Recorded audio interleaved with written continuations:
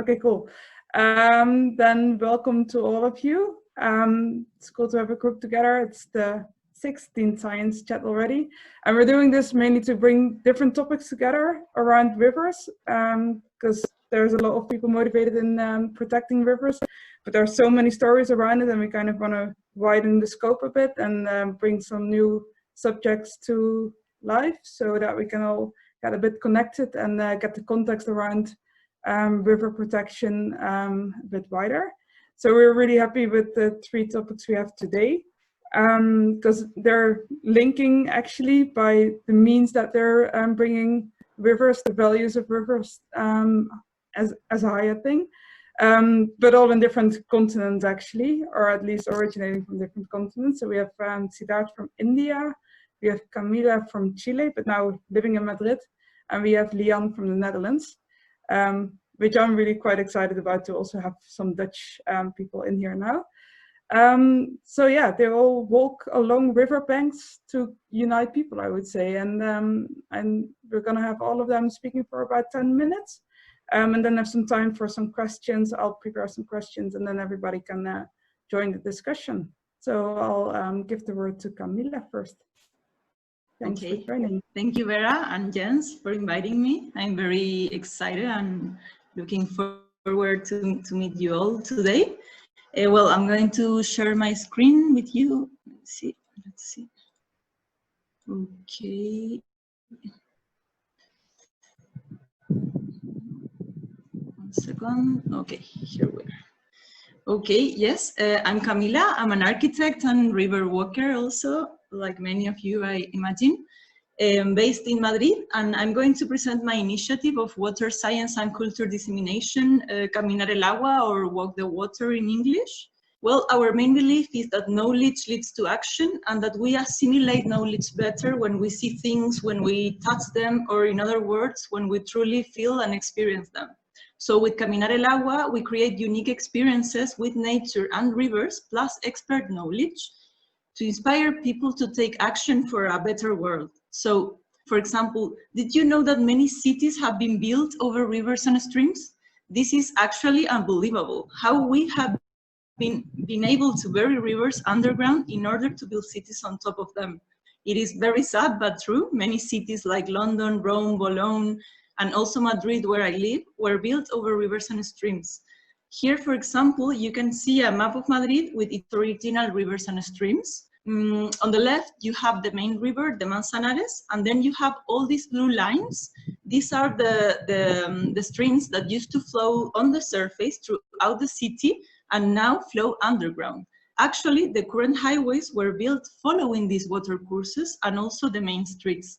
And this happens in almost every city. But once in a while, these rivers reappear as catastrophic floods, reminding us that they are still there. But many people don't know about these buried rivers, or don't know where the main river of their city originates or flows into, or even worse, they don't know its name. So if we don't know the place where we live, how are we going to care for it or get involved in its improvement? So our initiative, Caminar el Agua, was born with the hopes of bringing an answer on how to reconnect citizens with their land and rivers.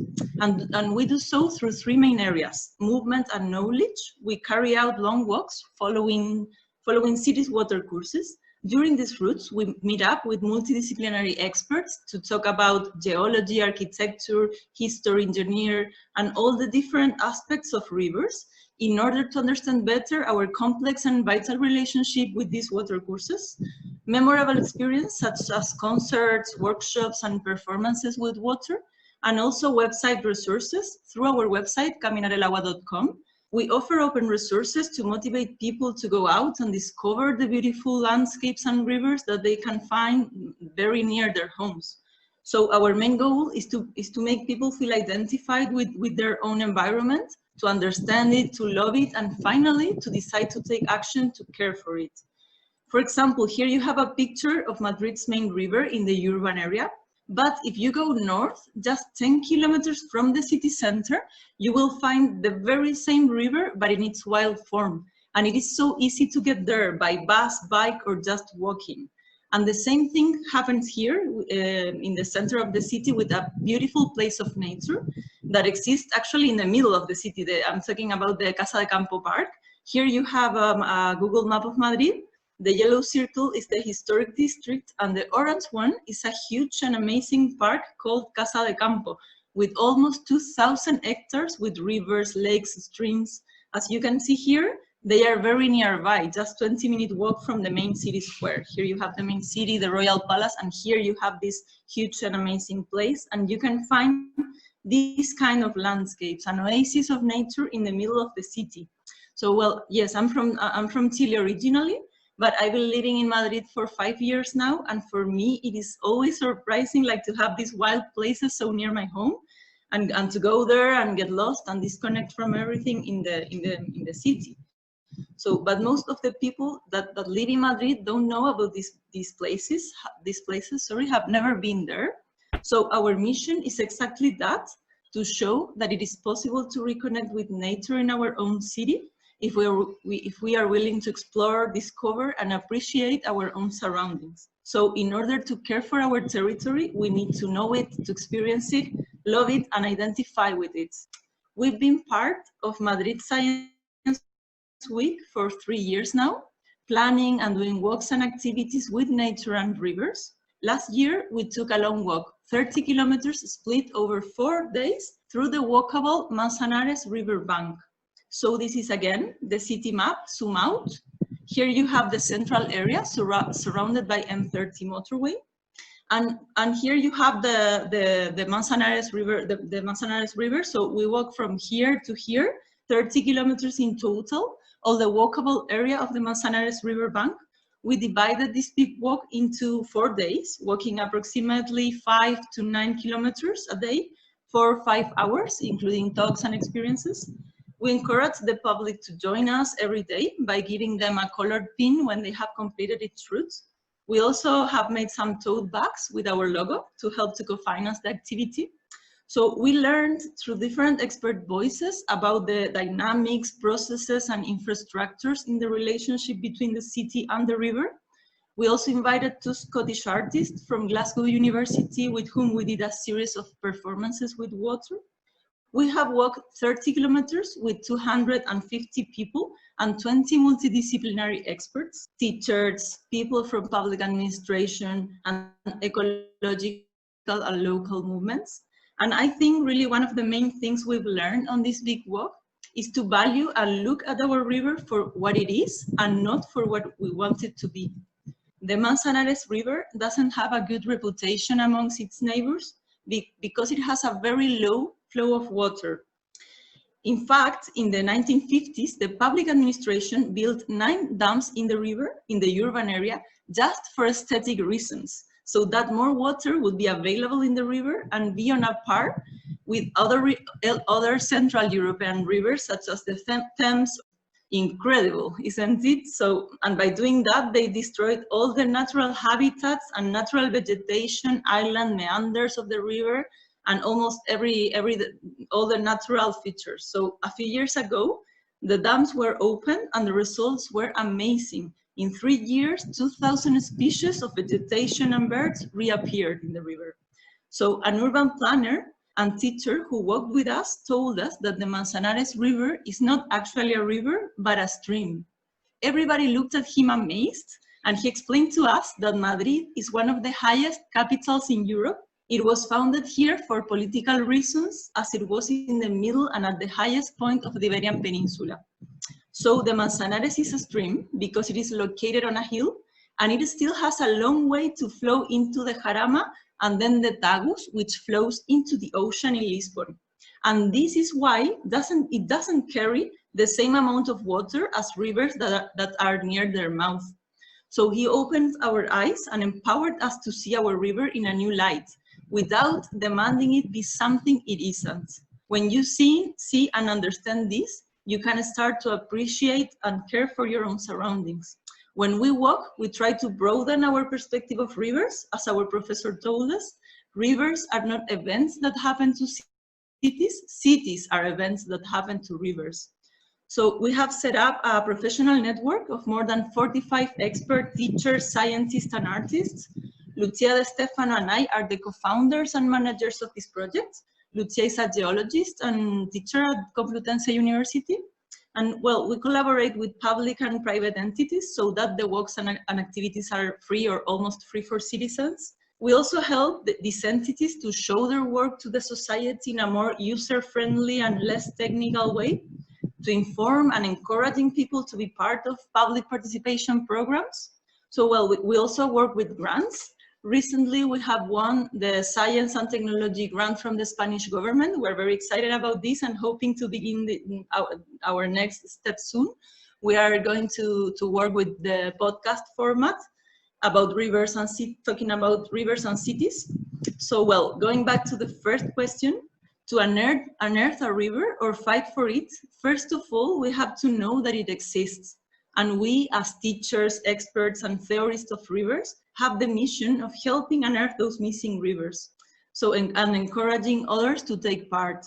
So, I would like to invite you to be part of this movement, to be a water walker and spread the knowledge that you're producing, which normally remains inaccessible at universities. We have walked over 150 kilometers by Madrid's rivers and streams, with more than 1,000 members of the public, and we need to reach more people. So you can be part of this movement by organizing river walks in your own city. If you want, obviously you can use the Camina del Agua social network, or we are also invited to use our communication platform if you want, writing articles about rivers and places to discover. We have over 1,500 monthly visits. But again, we need to reach and empower more people to be part of the change we need. So you can find us in these addresses. And this is all. Thank you for listening. And well, I will be pleased to answer your questions. Thank you very much. Wow, thank you, Camila. Thank you. This is really impressive. I'm already looking forward to the discussion, but we have two more people that also have a really impressive story. So we're going to first go to Lian. And in the meantime, if anyone already has a question in mind and don't want to forget it, you can write it in the chat and then we'll try to get back to those questions afterwards also. Lian. Yeah, thanks Camila, and thanks Vera and Jessica and everyone. Maybe because I wanted to storytell and not show pictures, and because there will be a lot of that you can check on the website. So maybe if you don't feel like it, you could show your screen. So I see that there's people actually listening, which is nice with this online virtual world, right? That has become so real. So nice. So yeah, I am now in Amsterdam, and usually I walk, say, two walks a week with groups. For the past, I don't know, maybe 5 or 6 years, I earn 100% of my money by walking, by taking groups outdoors. And so I've been a professional walker in that sense.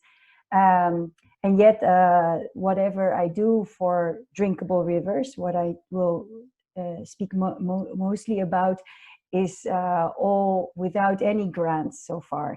So it started for me canoeing, actually, a river in northern Canada, the Rupert River, which was 15 years ago. And that river, I hadn't expected it, but I could drink it every day, just directly with my hands like this.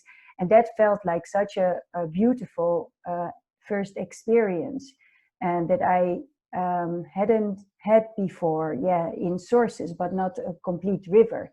And I was touched by it. So simultaneously with the first sip came a tear, and then with the return in that area, not even 3 years later, they had found mercury in the water. Fish died and people got ill. And I held the hand of a Cree indigenous woman. So the Cree and the Inuit live there. And yeah, she told me that what had happened. So actually, while we were canoeing, that was a protest against a mega dam being built. And then in those 3 years, they started the developments starting to take place, which then, of course, affected the flow. Parts were flooded, parts were dried. And then the concentration of the pollution happening from other industries, like the silver mining that had happened just a few years before there, was then becoming a problem. So it destabilized, say, that very healthy, pristine ecosystem. And those two experiences of both experiencing that beauty of that very elemental experience of drinking like that from a river, plus the losing of the drinkable river, and then feeling the sensitivity and the vulnerability of these places, made me really come into my own action. I started to adopt then the drinkable river as my own personal compass. And since the past 7 years or so, I've become more public about it. So in the meantime, I've also created my own school called Spring College, and there I take people on walks, river walks, but also on heathlands or forest or coastal, always outdoors, so diverse landscapes. And there I started to program more walks on water, and I saw that there was a lot of enthusiasm, so I continued with that.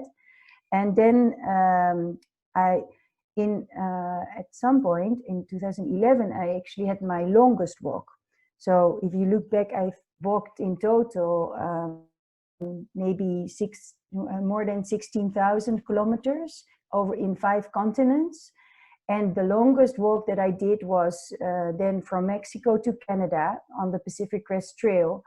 And there I was experiencing the making of a baseline study. So we investigated all the plants that were from north to south. We did the most southern occurrence of a plant. We identified and we noted it down. And that gave me the seed of the idea of a baseline study. And I thought, while I'll be walking rivers, they are like this solid trail that you can keep on following. That was the similar idea with the plants, that the trail wouldn't go somewhere, but we could revisit it in 10 years time, say, and we could then see have plants migrated north. That's what we think with climate destabilization. And so that idea then I started to do while I was walking the river Meuse. That was actually the river that had fed me all my youth. So from where I was born to until I was 18, I lived near Rotterdam, and that surface water of the river Meuse was treated for 60 days prior for it to become our tap water. And in the Netherlands, we're quite proud of having very good tap water. So it had never occurred to me that the importance of a drinkable river. But with the experience in Canada, I learned that we can only have such a drinkable rivers when all the relationship in that entire watershed are healthy and contributing towards that balanced ecosystem. And so I started to see myself, besides this professional walker, more as a mobilizer of watersheds.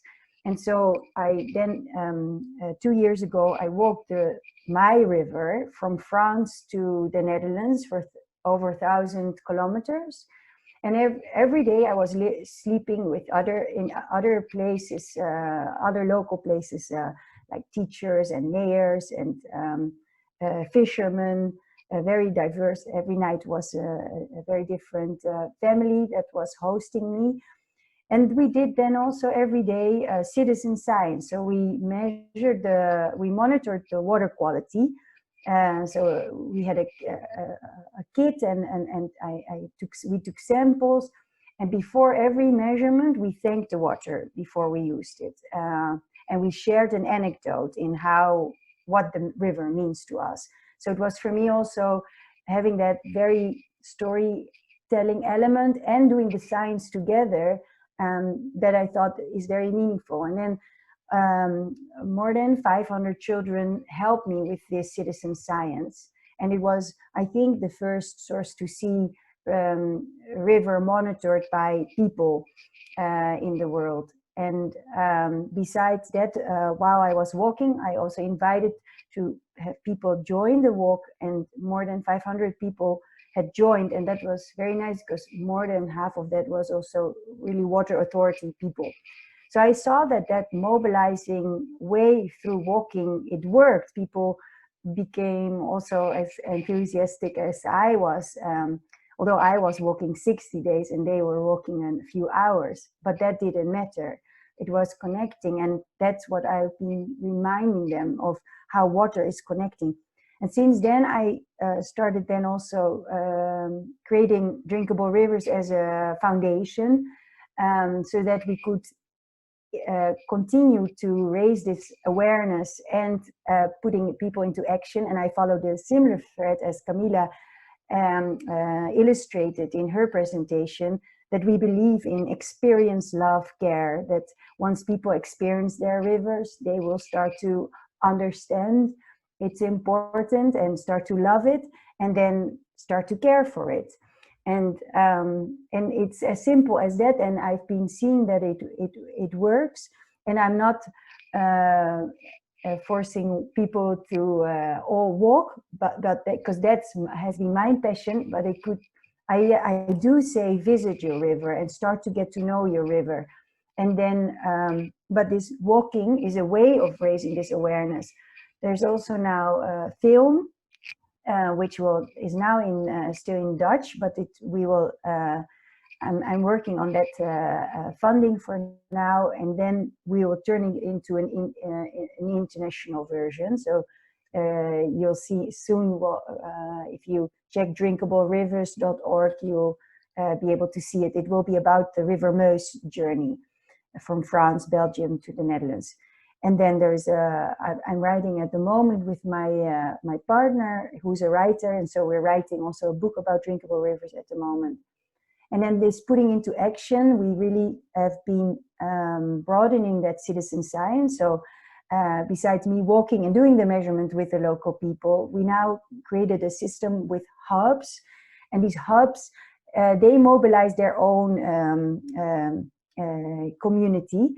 And we now have started with 30 hubs in 14 European countries, and we're soon broadening it to outside Europe. And so we made a manual, I upgraded the toolkit I used, we have instruction videos, we have an online form, so that if you look at drinkablерivers.org, and you do what we do, and you look at citizen science, you'll see a map with different points where people, so immediately when you upload your results, you'll see a point on the data map. And so we now have a chemical way of looking at the water with pH and electric conductivity, and ecological way. So looking at what dragonflies are living there, what plants are living there. So like ecological indicators.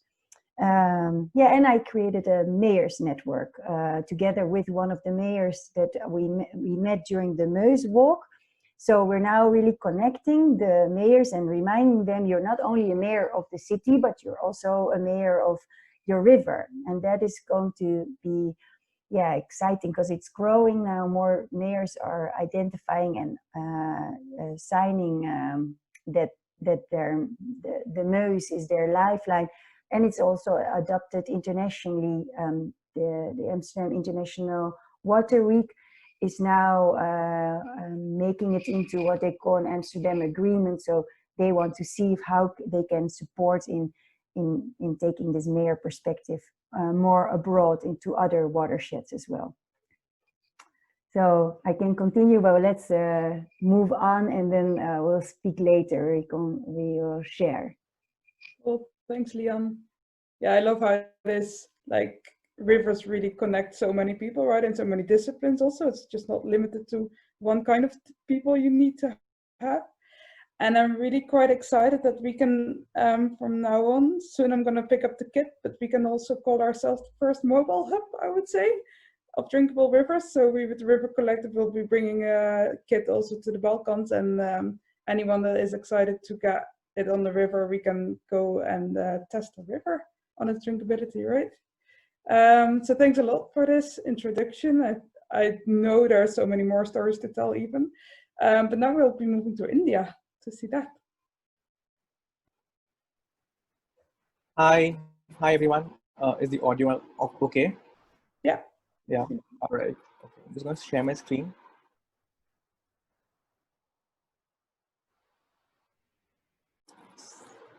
Yeah. Is this visible?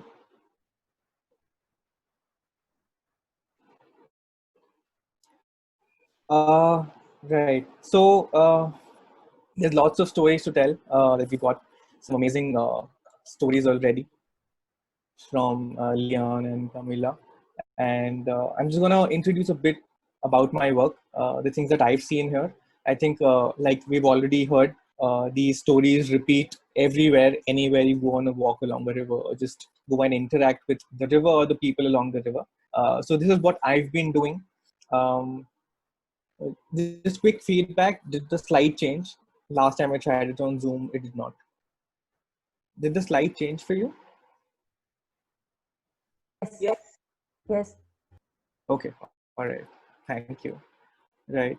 So I've been walking along rivers in India from the mouth to the source. It's been a few years, and it's really opened my mind to the possibilities. Something that I wanted to mention initially was that, like Leon mentioned, we have to understand how things are changing and evolving over time. So it's because of that that all the walking that we've done till now, we have a plan of repeating each of these walks every 3 to 4 years to understand change as it happens along these rivers by undertaking these walks. And me doing it alone it's not possible to do these repetitions as well as new work. So we found a way to do that part as well, which I will come to later. One of the rivers that I walked along was along the Ganga in India. Um, just wanted to give you a brief view of what the scale of the river is like. These are very few data points that I've mentioned on the screen here.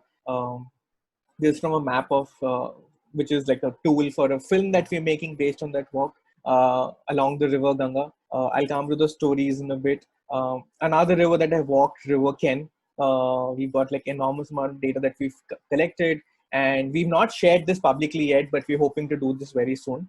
I'll come to the stories now, and just from each of these slides, I wanted to also talk about the connection of the people and their daily activities and the river. Um, Eating with locals has been something that I've chosen to do as part of my walking along rivers by not buying too much, choosing not to buy, and forcing me to stay with locals and also eat with them. And the food they eat and the way they prepare it has always been an eye opener on their relationship with the land and their water. A lot of these times when you eat food and then you talk about that particular food, you get to know about the amount of chemicals being used that's going into the agriculture that's happening and how that's going into the river. And this sort of a decentralized pollution that is happening to rivers is something that is not talked about as much as sewage is talked about, or industrial pollution is talked about, and this deserves the attention, especially if we're talking about drinkable rivers. Similarly, another thing to talk about really is the river underground, which is the groundwater which really feeds our rivers. India has one of the highest density of wells that extract water from the ground. We are a largely agrarian economy still, and our groundwater feeds that. Up to 75 to 80% of our agriculture is still fed by groundwater. And what that has done is that it's plummeted the groundwater tables. Here I'm testing water next to uh, the river in India along the Ganga. And there's some background noise. Yeah, so this was me testing water, and the water that you see on the right side on the in this particular utensil has turned brown because we've added uh, guava leaves to the water. And guava leaves, when you put into water that has iron content, the water turns purple. This is something that's very local basic science that people have always used to test their water, to understand their water, what they're drinking and what they're consuming. And it was fascinating because some people knew about this, some didn't. And to show this to them as a way of identifying the issue with the water was very interesting. You can, as you can see, I don't know if you can tell from the picture, but most of these are kids who gathered around where we're doing water testing. This is a mobile kit that we use to also test arsenic and fluoride in the water. And yeah, I think this connection of the groundwater with the river is also extremely important, especially in India, because extraction of so much groundwater is resulting in our water levels in the rivers plummeting. Um, Fishing communities, again, I think are an incredibly important part of understanding our rivers, drinkable rivers, especially because they spend so much time in the rivers.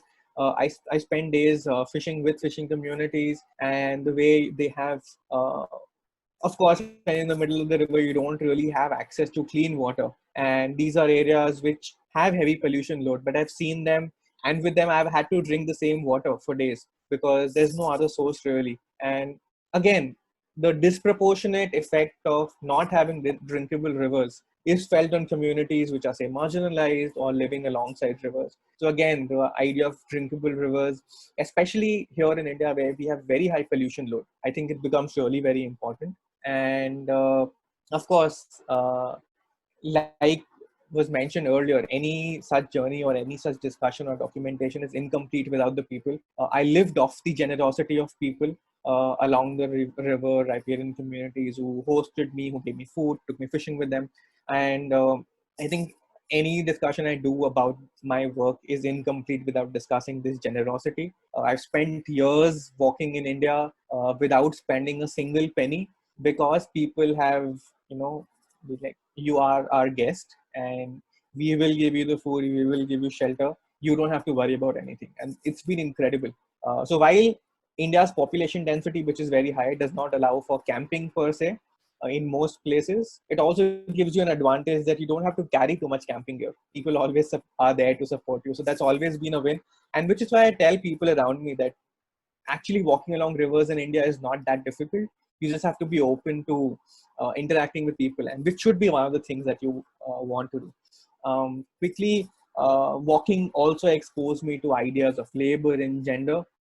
Again, intrinsically linked to rivers. The picture here in the background, it's not very difficult to see here, but this is the near the reservoir of a very huge dam on the Ganga in India. And what that has done is that it's distanced communities who lived very close, taken freshwater resources away from communities, and a large share of this burden of labor falls on the gender, which is the female, which is the women in these communities who have to go long distances to fetch water. It's not that only they have to do it, but a disproportionate amount of the effect falls on them. And again, something that has come across only through walking along rivers in India.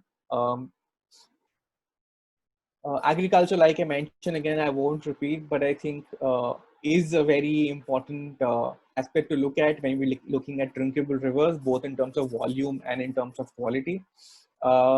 Recording stories, like was mentioned earlier, we've recorded audio stories, we've done photo stories, we've done, we're making a film, which is almost done, hoping to release it very soon. It's based on this walk along the Ganga, and then we're doing another film on the Ken. But recording stories has been incredibly enriching for me, but also as a public accountability tool of people's voices is been very important, because their relationship with the river of the riparian communities is something that's been largely missing from the discourse here in India.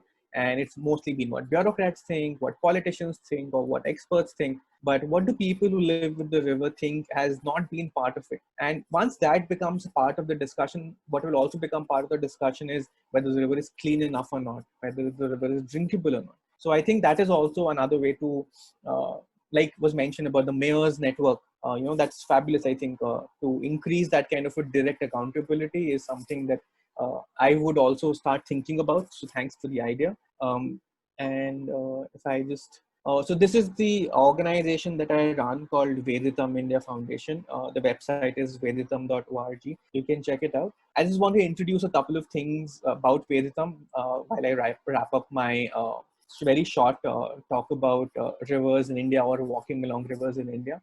Is that, like I mentioned earlier, we're trying to do a temporal documentation of India's rivers by walking along them. So what we also realize that it's not enough for just one person to be walking. We need more people to be doing this exercise over time and look at things with different lenses, look at things with their own perspective, so that biases also get cancelled out. So as part of the organization, we started a few things.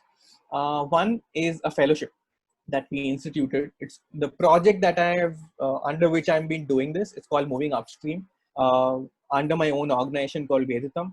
And now we've extended that and made it into a fellowship where we're inviting young people in India to walk along rivers.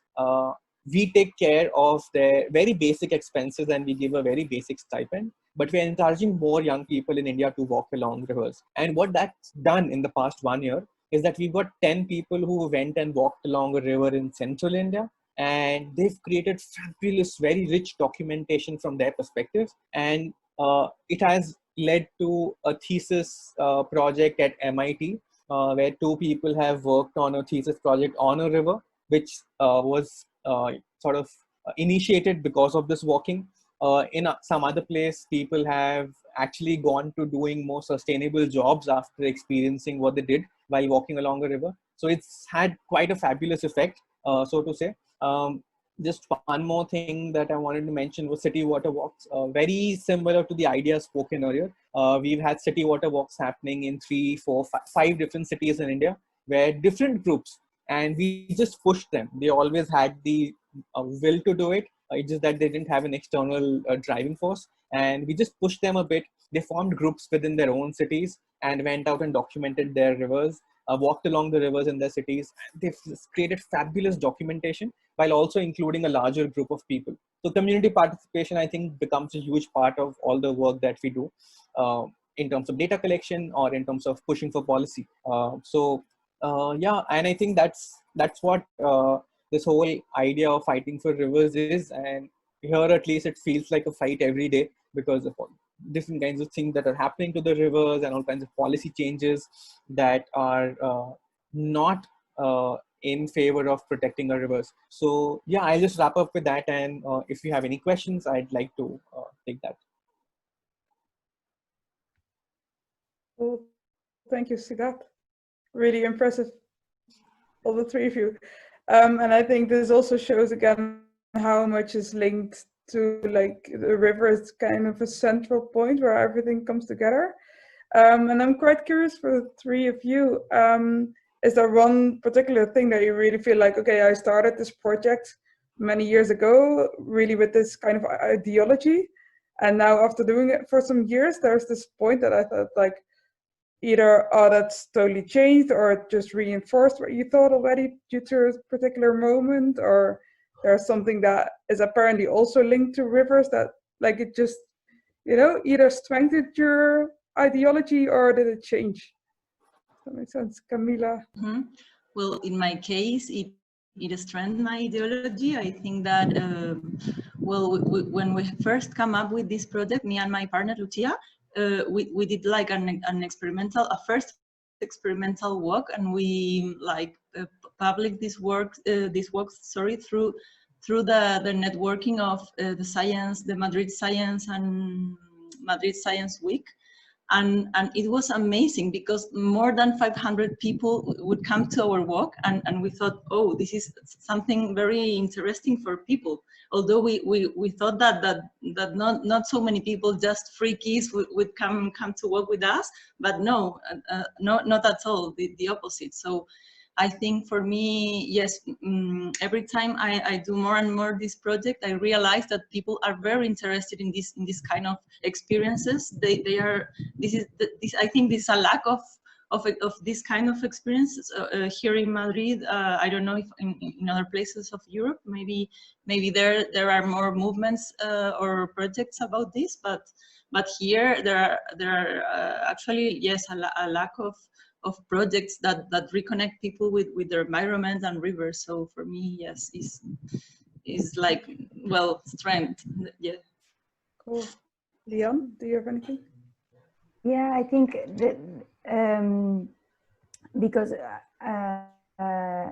like I showed that how the drinkable river is, I see and I propose now as a societal compass.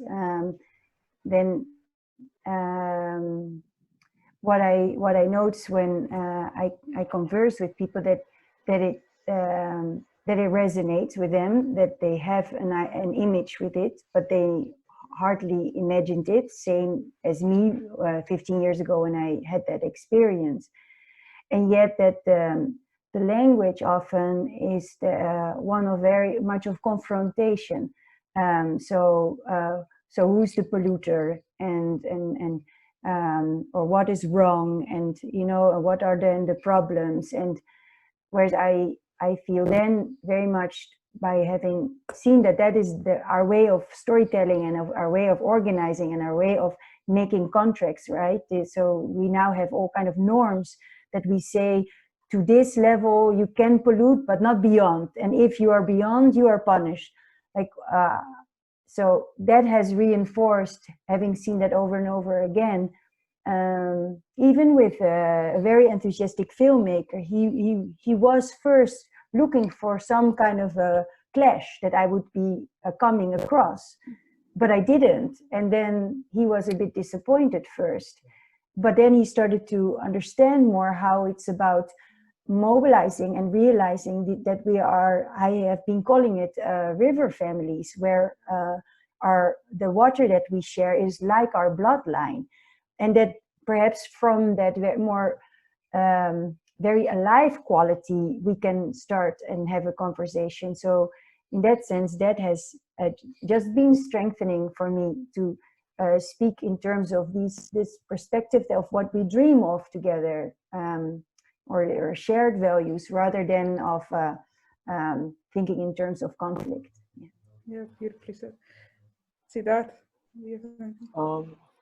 Yeah, I think there's so much being said already, but I just want to add that, and this might sound very romantic as an idea, but the fact that I had the luxury of spending so much time walking along the river, I think that also gave me the time to think about things, that gave me that luxury of time, that window away from the screen, away from all screens, and to think about the things that people have said, or think about the things that were visible in front of me that I had seen. And I think it was quite meditative to do that. And I think anybody who's done any similar activity will agree to that. And I think that really helped reinforce the idea of why I or why we are doing this. And I think that reinforcement came by being present with the river at different points of time and spending long times with it. And it was almost like a partner in that meditation, that's river. So I think that's where the reinforcement has come from. Also, I mean, I get very triggered when I see injustice happening. So that definitely added to it. But I think the more meditative part was to spend that time with the river and have the luxury of time to think about it while being there. Cool. And I really hope all of you stay reinforced and get more reinforced, because I think this work should totally continue. I'm just looking at the chat quickly, and there's a few questions. I think in the names are a bit of a struggle to me. Vita Haya, that it? You asked a question to Liana, and Liana already answered. I think that she's gonna email you some information about the data collection, right? Well, But I think Yeah, I could email it, but I could also briefly say, so the chemical component of the research, and we're making new modules now so that you can choose, but you will learn structurally to pay attention in your environment. So how does the water smell, and what color, what is the turbidity, can you see through, how deep, what is the speed of the river, what is the width of the river, what activities of human impact do you see around you. So we help people to start to use their senses in paying attention. Then we have sensors looking at electric conductivity, temperature, pH, but also we have strips where you can look at nitrate and nitrate. For instance, and we have phosphorus where you can look E. coli bacteria.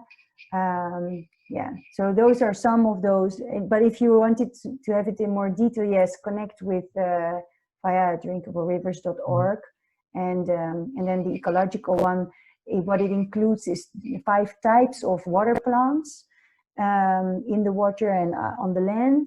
And then also on the dragonfly species, which of course is a bit more difficult to make it international, because it's much more locally adept. But that's just a quick answer, but then everybody can hear it a bit, and then we can stay in touch about it. Because such kind of data collection is really good for numerical modeling, where we have almost all the physics, even a few decades ago, but what's missing more is the actual ground observations where you can calibrate your models to. And such a huge data set would be really nice, even if it has less reliability, even if you get someone to physically observe it and write it down.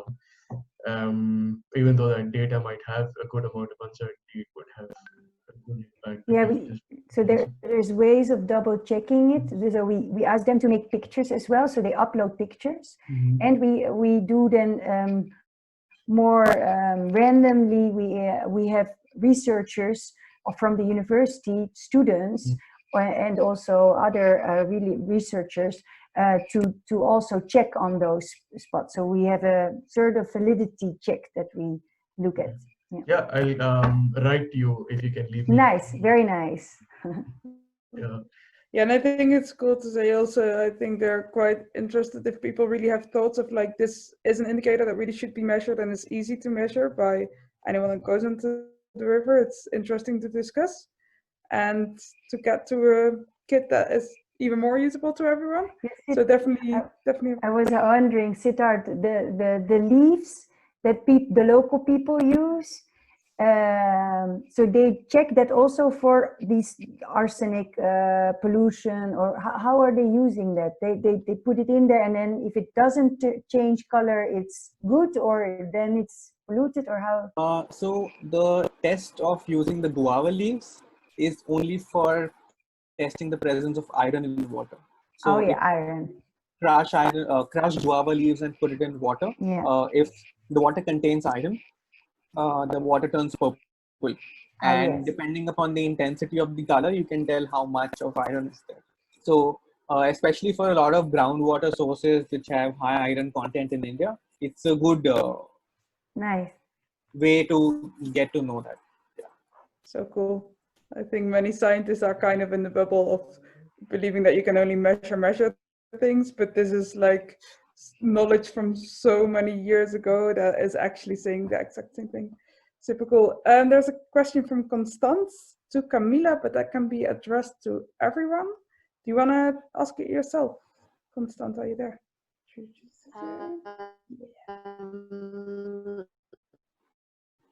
I'm not sure you can you. So maybe they have.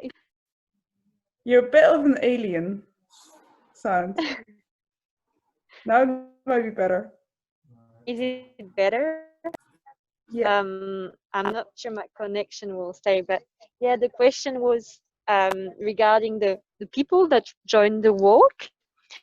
What type of feedback you receive from them, and like they were going to feel now will be more careful about the river anymore, willing to like discover the river near my place. And it's just like question of, yeah, what do people think about these walks, and what did they gain from them?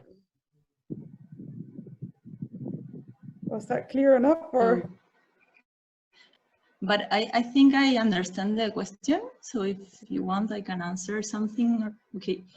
Well, we mainly work with people from the members of the public, citizens from Madrid or the nearby. So it is amazing because even if it is their own city, they have never been to the places where we walk, and is like very near the center of the city, or the well, these are places very like if you're willing to lose or to disconnect or to explore, you can find these places. So for them, it's like very surprising to walk through these places where and also where they never have been there. So and yeah, also for them it's always surprising to discover like the enrichment of their environment and how they can do something in order to improve it. No, so I don't know. For example, many of them don't know the name of the river sometimes, or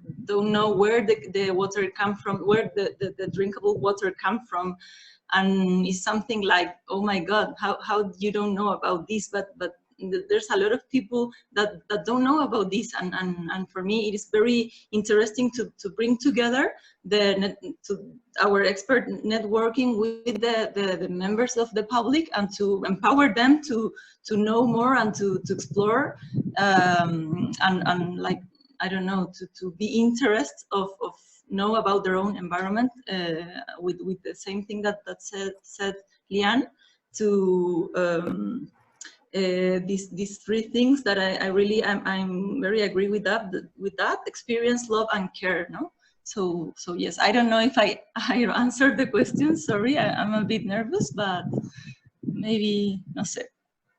I don't know. I think Constance is in the train, so she's not having the best connection. She might have to listen back. Just a quick look. Does anyone have a last question? Otherwise, I have one. Okay, it's yours. You have the last question. Go ahead. So, hi Siddharth. Thanks for the talk. It was really interesting. I mean, it was quite different to see a different part of river system north of India. And I was just wondering if you had noticed any sand mining along the river that you walked through, and if you've also noticed any groundwater depletion in these areas, like rapid groundwater depletion in these areas, because as I was working there, we had a theory that, like, at least in south of India, sand mining in the region I come from is very extensive along the rivers.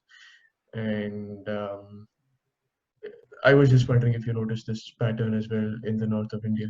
Well, quickly, can you tell me where are you referring to when you say your area?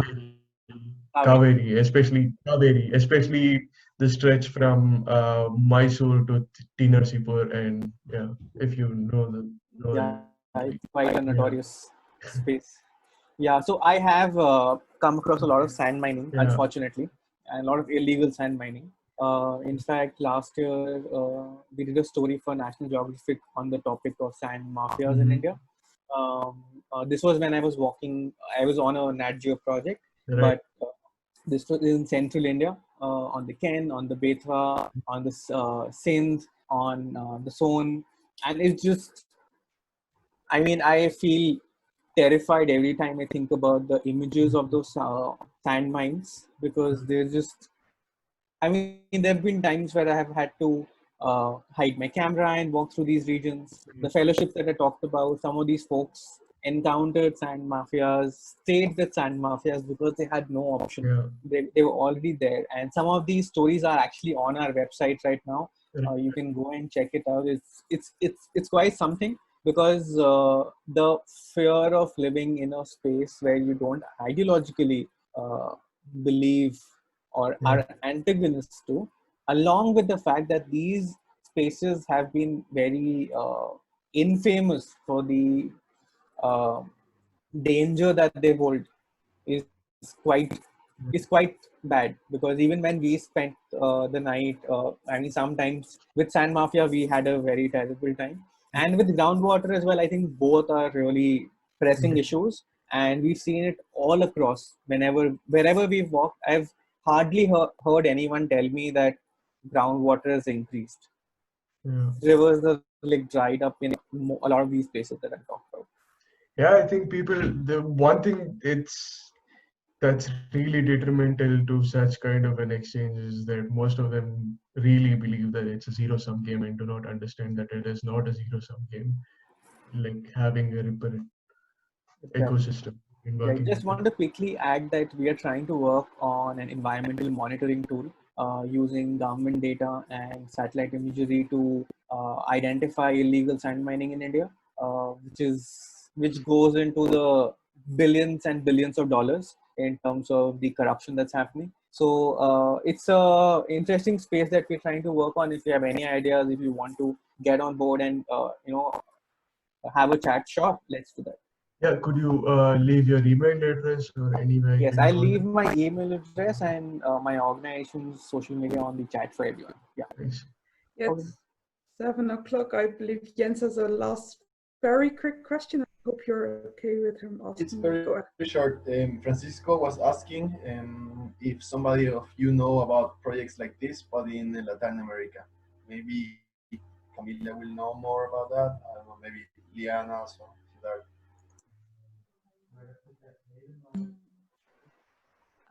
Well, I am actually thinking about this, but I don't really know projects about river walking in Chile. Maybe, well, your project, Jens, your Sacred River project. I think this is a very like interesting project in Concepcion. No, is your project about go from the source to the sea, in kayak?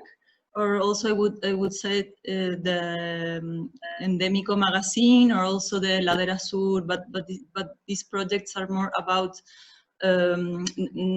culture and water dissemination through websites and magazines, but I don't really know something more from experiences, with experiences. So, but I don't know if Lian or, I don't know. So where in Latin America you were particularly thinking about? I mean, he met all Latin America. Yeah, so I have been in, but it's more Middle America, but in several initiatives in Costa Rica I have joined and met. I don't know their names right now, but I could give you those. And yeah, there is a lot. So I'm sure that even we could all let Vera know, for instance, of the ones, and then you have an overview of some initiatives coming from all of us. Sounds good. Sounds good. Maybe Pipe or Paulo, you just joined in with video. Hello, you're an hour late. All good, because you're from Chile. Those guys are from Chile, so they might have some ideas also. Do you know projects in Chile where they're actually walking rivers? Okay, but we'll stick to what Leon said. If anyone has an idea, just get them to me. We'll put this video on our website. And I'm happy to make it into a blog kind of with all the projects that we know about, so people can kind of click on, and it will be a start of a database, and we can always fill it up with more projects. So that will be quite useful, I think. Thanks so much. This was like also seeing the reactions in the chat. Everybody's been really inspired, and everybody's, I think, feeling this resonance with the projects, and hopefully also being inspired to continue project in this direction. I'm also excited to get this kit, and we might also be walking some river in Montenegro, hopefully. So thanks for joining in, and we'll be back next week, and that's going to be actually about the Marañón. So we'll have Luigi talking about what he's doing on the Marañón, and mostly on rafting and getting people on the river through adventure sports. And there we have then 2 scientists who are actually using this logistics. Oh, you're in the same room, Pipe and Paulo. Okay, that's fine. Good to see. But no, pretty excited about next week, because we'll have Luigi together with Nathan, who's preparing an expedition on the Marañón, and Natalie, who's doing a lot of, who wants to evolve adventure scientists on the Marañón, so to get people that go on a rafting trip to actually collect data also. So that's going to probably be a cool one. I wish everyone a good night or a good afternoon for the people that are in South America, and see you next week. Thanks so much to all of you for presenting your amazing projects. Bye bye. You're welcome, and thank you for inviting us and convening this.